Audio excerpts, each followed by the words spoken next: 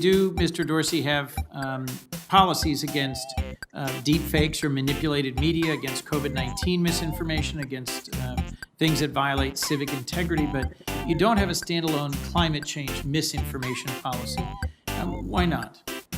I'd urge you to reconsider that, because helping to disseminate climate denialism, in my view, further facilitates and accelerates one of the greatest existential threats to our world. Will you commit to taking down that account, Steve Bannon's account? Zuckerberg, for the second time in 3 weeks, you've been called before the Senate committee, so my Republican colleagues can beat you up over claims that your platforms are supposedly biased against conservatives.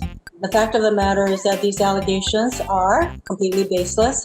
In closing, that what we have here is clear evidence of coordination between Twitter, Google, and Facebook. Mr. Zuckerberg knows he has the tools to track this, but he either doesn't remember or won't commit to letting us see it. We have evidence of Facebook tracking its own users all across the web. Mr. Zuckerberg won't answer questions about it, can't remember the name, isn't sure if the tool is deployed in this way, and won't commit to giving us basic information. I submit to you that this is both totally unacceptable and totally predictable, because it is exactly what these tech companies have done to the American people and to Congress for years now, which is why it is time we took action against these modern-day robber barons. Thank you, Mr. Chairman. These people want to make sure that they never lose again and that we have one-party rule. And we're seeing them do that now as they tighten the noose around the necks of conservatives, Republicans, libertarians, and generally anybody who stands in opposition to them on the social media platforms. Even little guys like me are in their sights, as I found out literally the day after hearings where Democrats were begging Facebook and Twitter to come down even harder on their critics, broadly referring to anybody in opposition to them as right-wing, far-right, conspiracy theorists, white supremacists. You get the idea. We're all monsters and fanatics if we stand in opposition to the Democrats and their mass media complex. We're going to talk about all the most recent examples of big tech undermining our freedom of speech, but first just give me 30 seconds to tell you about this special offer from this episode's sponsor, Noble Gold. If you're anything like me, you're wondering what's going on with these markets. Right now, they're all over the place and nobody knows what's happening. Will they grow or come crashing down? One thing's for sure. Gold has kept people safe for thousands of years through war, national disaster, and financial troubles. That's why Noble Gold is inviting you to get safe with gold this time. They're gifting a solid 24-karat American Gold Eagle coin and a spectacular display case with every qualifying IRA or 401k started before the end of November. No call centers, no sales pitch, straight through to the experts who will give you your options. So go to www.noblegoldinvestments.com and get this special coin offer. Or you can call 877-646-5347. So this first story comes from Canada, but you could easily see this exact same insanity playing out here in America. The Canadian book publishing company that's putting out Jordan Peterson's new book came under attack by fanatical left-wing extremist Marxists who put on a full-blown theatrical performance hoping that they would convince the publisher to pull their support for Peterson's book. So according to Vice News, these activists who put on this theatrical performance claim that Peterson is an icon of hate speech, transphobia, and the fact that he's an icon of white supremacy, regardless of the content of his book. I'm not proud to work for a company that publishes him. And this all came from a junior employee, a member of some LGBTQ group, that came to this town hall to beg this publisher to essentially censor Jordan Peterson. One of the other employees said that people were crying in the meeting about how Jordan Peterson has affected their lives. I mean, crying? Seriously? I mean, anybody who's, I'm not a huge Jordan Peterson follower, but I followed him early on, and the guy seems to be a very soft-spoken, reasonable guy. Nothing about this guy seems extremist. Right not to be offended. Not to be offended. Right not Because to be offended. in What order right to be is able that? to think, you have to risk being offensive.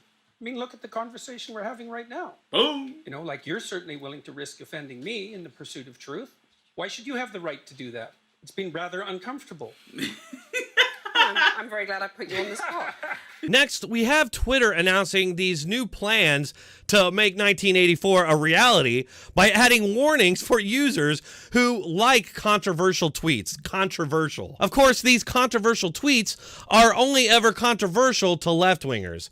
If somebody from the right has any sort of a problem with a comment coming from the left that they see as controversial, those will not be censored in the same way using the same standards. We're all just a bunch of unwashed plebes to be swept aside and ignored. Twitter support announced this tweet by saying, quote, giving context on why a labeled tweet is misleading under our election, COVID-19 and synthetic and manipulated media rules is vital.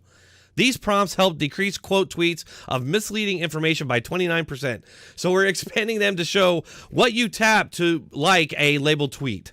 So essentially, if you like a tweet that Twitter and the left have deemed controversial, a warning label will pop up and say that, oh, this is a disputed tweet, like you're seeing right here. As we're all well aware of, there's plenty of misleading information swirling around out there that's coming from our supposed mainstream media, and we all know that these outlets will never be targeted for this censorship. This is simply another vague, plausible deniability tactic to hide inconvenient information to the Democrat Party. And if you think I'm crazy, they'd probably label me a conspiracy theorist for saying this. YouTube may do that very thing. Here is actually a great example from today of what I'm talking about. CNN just tweeted this a few hours ago, saying that Trump referenced the Proud Boys as he refused to condemn white supremacists this fall. He has not refused to condemn white supremacists. As we have talked about on this channel and many other channels have talked about, Trump has actually condemned white supremacists over 20 times just since 2016 alone. Racism is evil, and those who cause violence in its name are criminals and thugs, including the KKK, neo-Nazis, white supremacists. And you had people, and I'm not talking about the neo-Nazis and the white nationalists, because they should be condemned totally. I spoke out forcefully against hatred, bigotry, and violence, and strongly condemned the neo-Nazis, the white supremacists, and the KKK. President Donald Trump signed a congressional joint resolution that condemns white supremacy, neo-Nazis, and other hate groups. In one voice, our nation must condemn racism, bigotry, and white supremacy. Any group of hate, I don't like it. Any group of hate, I am, whether it's white supremacy, whether it's any other kind of supremacy, whether it's Antifa, whether it's any group of hate, I am very concerned about it. We know this is a lie. You just saw it. Yet no warnings, no censorship. Moving right along.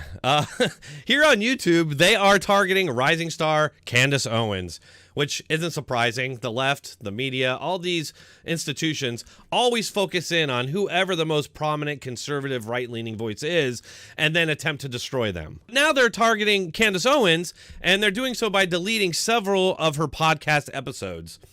So YouTube is attacking democracy, in my opinion, and science by censoring one of her long-form discussions with an author. She's from the Wall Street Journal, Abigail Shrier. And she wrote a book about the irreversible dangers of transitioning young people and teenagers with gender dysphoria.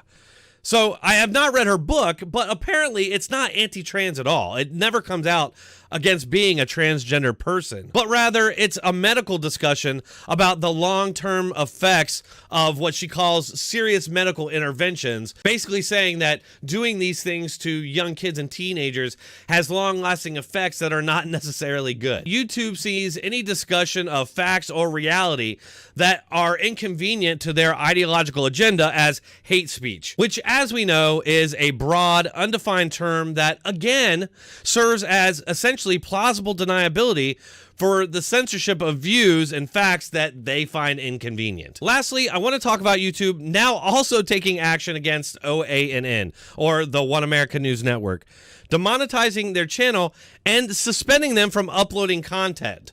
And they're also not allowed to live stream. This is all based on alleged disinformation in one of their videos that was actually unlisted on their channel. It wasn't available to the public. So things are moving very swiftly. The media is laying the groundwork right now to sweep away all opposition and dissent. You can support me in my mission of exposing these people by using one of the links in the description or pinned comment. As always, if you enjoyed this video, please hit that like button, share, and subscribe. I'll see you all next video.